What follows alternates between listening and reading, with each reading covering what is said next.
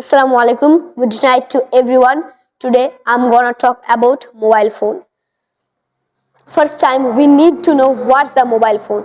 Mobile phone is an electronic machine and social media. Mobile has two direction, good advantage and disadvantage. First time I will say good advantage.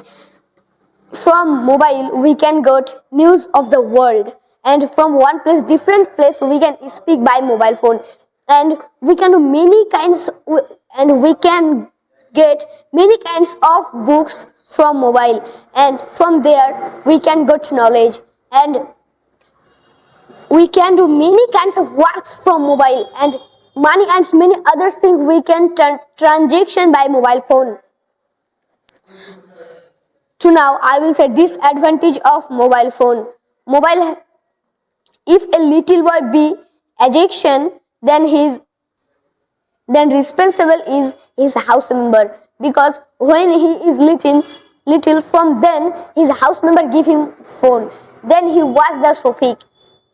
But you don't know how Sofik is bad. Sofik is very bad, because Sofik is very bad. You are thinking why Sofik is bad. I am telling you why Sofik is bad. Sofik is not bad. Sofik is bad for what long time. When children bear, then his eyes and his brain be very powerful.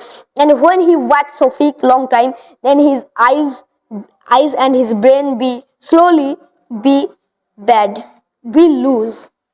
And when he will be mad for watch Sofik, then his brain and his eyes will be bad. Then only he will know Sofik. Okay, from today we won't watch Sofik. I'm ending my lecture with your friends. Assalamu alaikum wa rahmatullahi wa barakatuh.